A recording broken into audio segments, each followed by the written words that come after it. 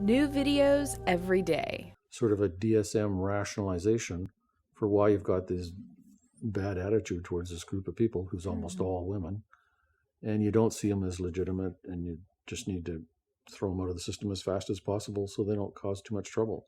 Wow. That's really the attitude that's pretty dominant in the mental health field. And if you've been in the system with this label borderline, you'll have noticed that attitude big time.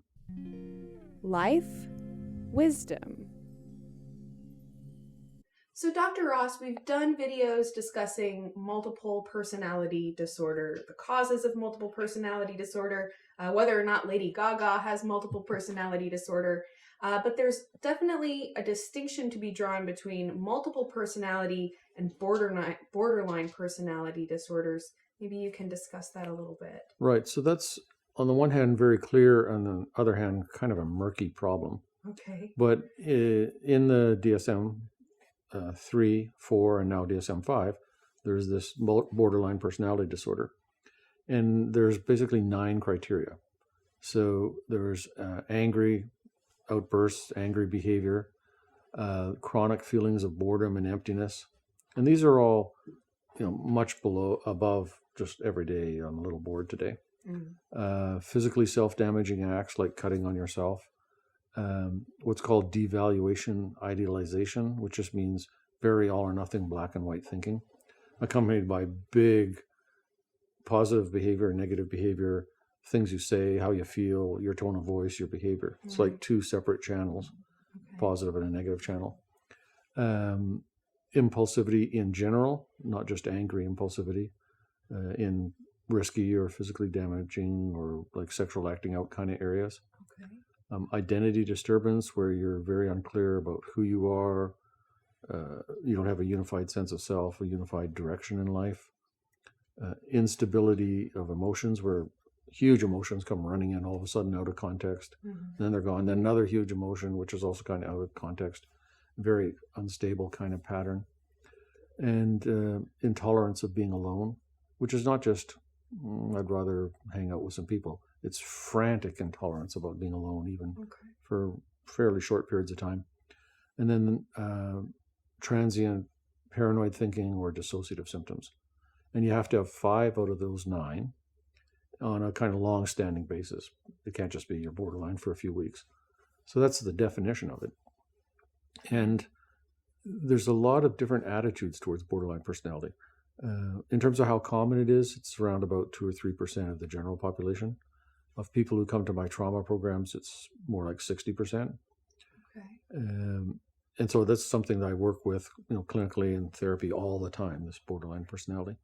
And I write about it. I published a paper about it just recently. And I know the literature reasonably well. So in the mental health field in general, there's kind of several different attitudes towards borderlines. One is, it's a DSM diagnosis, something we have to spot. There's treatment for it, which is therapy. We've got a little bit of information about medications, but really medications don't really help hardly at all, if at all. So, and this is kind of the general thinking in psychiatry. But then there's probably a larger group in psychiatry which thinks, it's kind of a marginal thing. It's not really that legitimate. Not sure if I believe in it that much. And then the other large group, which nobody stands up and says, I represent this group. But it's just the attitude, the tone of voice, the behavior. It's very hostile, belittling, dismissive, condescending. Oh, borderline's this and borderline's that. And can you believe what that borderline did? And you hear a lot of them that in the mental health field. So it's really sort of a DSM rationalization for why you've got this bad attitude towards this group of people who's almost all women. And you don't see them as legitimate, and you just need to throw them out of the system as fast as possible so they don't cause too much trouble. That's really the attitude that's pretty dominant in the mental health field. And if you've been in the system with this label borderline, you'll have noticed that attitude big time. So what's my attitude towards borderline? What do I think that this is, this kind of jumble collection of symptoms? Because it sounds like kind of a,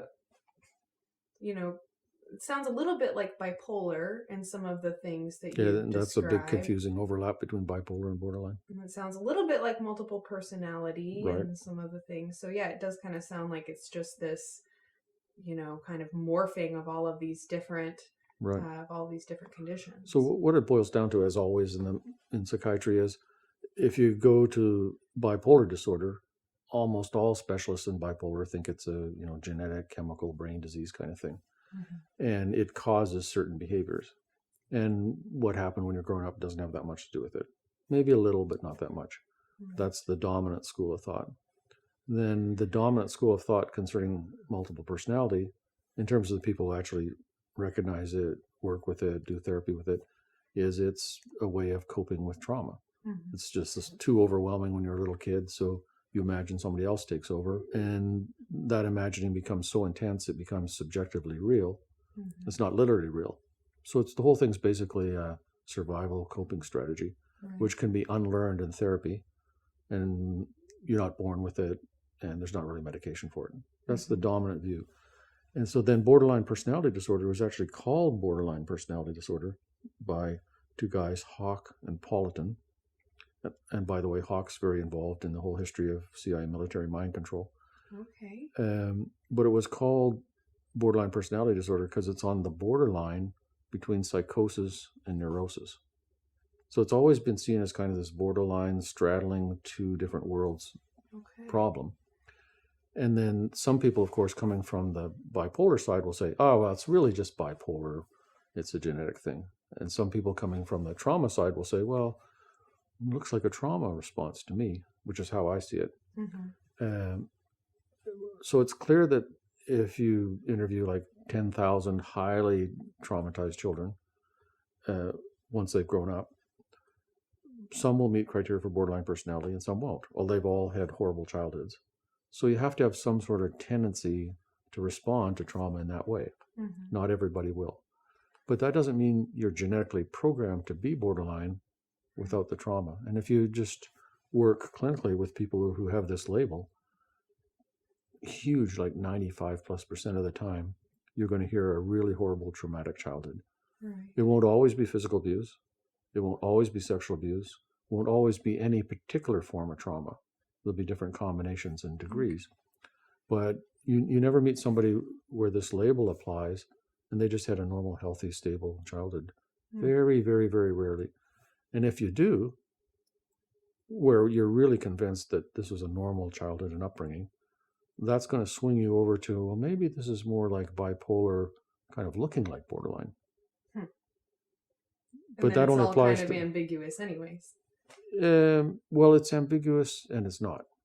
Because basically medications don't really work for borderline personality disorder. They maybe can help kind of keep a lid on some of the feelings a little bit. And everybody agrees the primary treatment is therapy. So it's really the war between, is it going to be mostly meds or mostly therapy? That's what it boils down to. And if the diagnosis goes to bipolar, then all the load's going to be on meds. Whereas if the diagnosis goes to borderline, then the main loading is going to be on the therapy. That's really what makes the difference. And then you get all these wars about which label applies and which label is this and which label is that. I think that, there was a video that you described as, our genetics are going to determine certain characteristics about us. So maybe we're more emotional or more resilient or more empathetic or less empathetic. And then, so it is our genetics that are going to determine, how we react to different situations, but it's not necessarily in our genetics that you're predisposed to have this condition or something like that, because we've, really, I think, made it clear in the different videos on our channel that there is no genetic proof. There is no biological proof or biomarker for these disorders, that these are, really they're labels, and so we have the diagnostic criteria, this huge book full of these different diagnostic criteria, and people can, fall into these different areas, fall into these different conditions. We did a whole video talking about the shifting diagnosis and what you're talking about, which is that, depending on who you talk to, it may, you may get this diagnosis or that diagnosis, or they think that it's more one way or the other. But really, they're all just labels. And I would kind of, argue that it's kind of, you could almost diagnose anybody with any of these different disorders, because all of these diagnostic criteria are behaviors and emotions that we know that people experience. Well, I agree and disagree with what you just said. I agree, certainly these are just labels. They're not defined diseases. No question about that. And the evidence from the science is really, there's maybe sort of a general genetic predisposition to react to trauma and life input by going down this pathway towards this label. Mm-hmm. But you're not doomed. It's not like cystic fibrosis where the genetics just directly cause the disease. Right. It's all about a tendency to react in this kind of fashion. But where I disagree is, it's clear in 15 seconds that you don't meet criteria for major depressive episode right now. There's just no doubt about it. Mm-hmm. And you don't meet criteria for schizophrenia right now or bipolar. And I'm not thinking, I wonder if she's really clinically depressed. There's just no possibility. Mm-hmm. Whereas if you meet somebody where the label actually does apply, they're just obviously visibly tremendously depressed, sad, slowed down. All their thinking is negative. They have all these negative beliefs about themselves. They're not sleeping. They've lost weight. And they've been this way for 3 or 4 months. And they weren't that way previously. So in that sense, the label, it's not a disease, but it's an accurate description of how this person is different from this person. Right. And how this person is different from how they were before. Mm-hmm. So we don't have to throw the entire bathwater out, I don't think. Mm-hmm. Well, That's my opinion. Yeah, and I think that really, really illustrates that it's a condition that a person's in. And I actually think that, they call it a mental disorder, and it implies this dysfunction. It implies that something is not working the way that it's supposed to. And, really what, I think we've established in these videos is that, when we have something like multiple personality or these different borderline disorders where there is a traumatic event, it can be, it seems obvious to look and say, okay, well, clearly this is a reaction to that traumatic event. And so the person enters that certain mental condition. Right. And at that point, they're presenting these different diagnostic criteria, these different emotions and behaviors that really, realistically, you could say, well, that's a realistic reaction that anybody could have to that traumatic event. And that's what I say in workshops and in my writings all the time, basically. Right. And when it comes to this borderline personality label, so some labels are kind of helpful. Like if your label is dissociative identity disorder and you go to a therapist who's helpful and you recover from that and you carry on with life.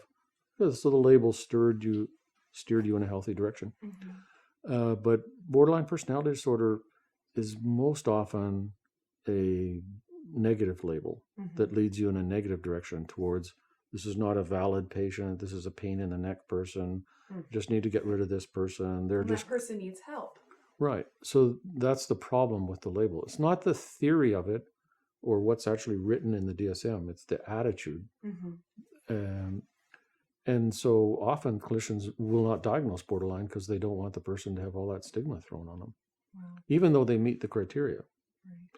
Right. But if you go, oh, this person has borderline personality disorder, they probably had a big trauma history, they need psychotherapy, they get good therapy, they recover, then it's a helpful label.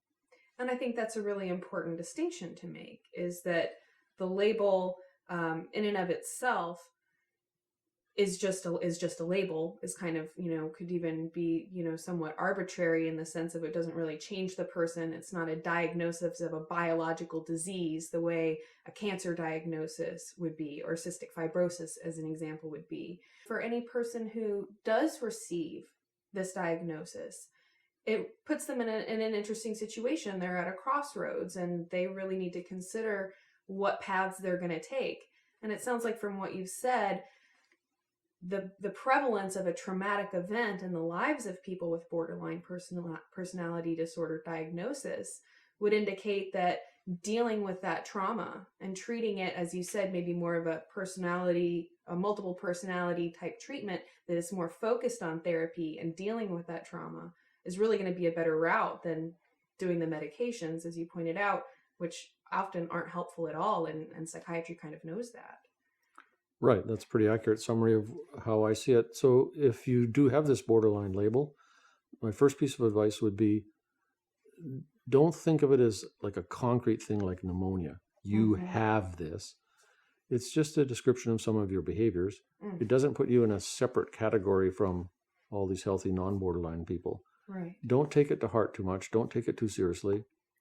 And really think seriously about getting some therapy with a skilled trauma-based therapist. Well, Dr. Ross, thank you so much for being here and for this discussion. Hopefully people can find more information on your website if they're so interested. I look forward to doing some future interviews with you. Very good. Thank you so much for watching this video. I do hope that you found it interesting. Please leave your comments, questions, and topic requests below. Be sure to subscribe to the Psyche Truth channel so you can see all of our future videos. I'm Psyche Truth correspondent Corrina Rachel. Thank you for watching.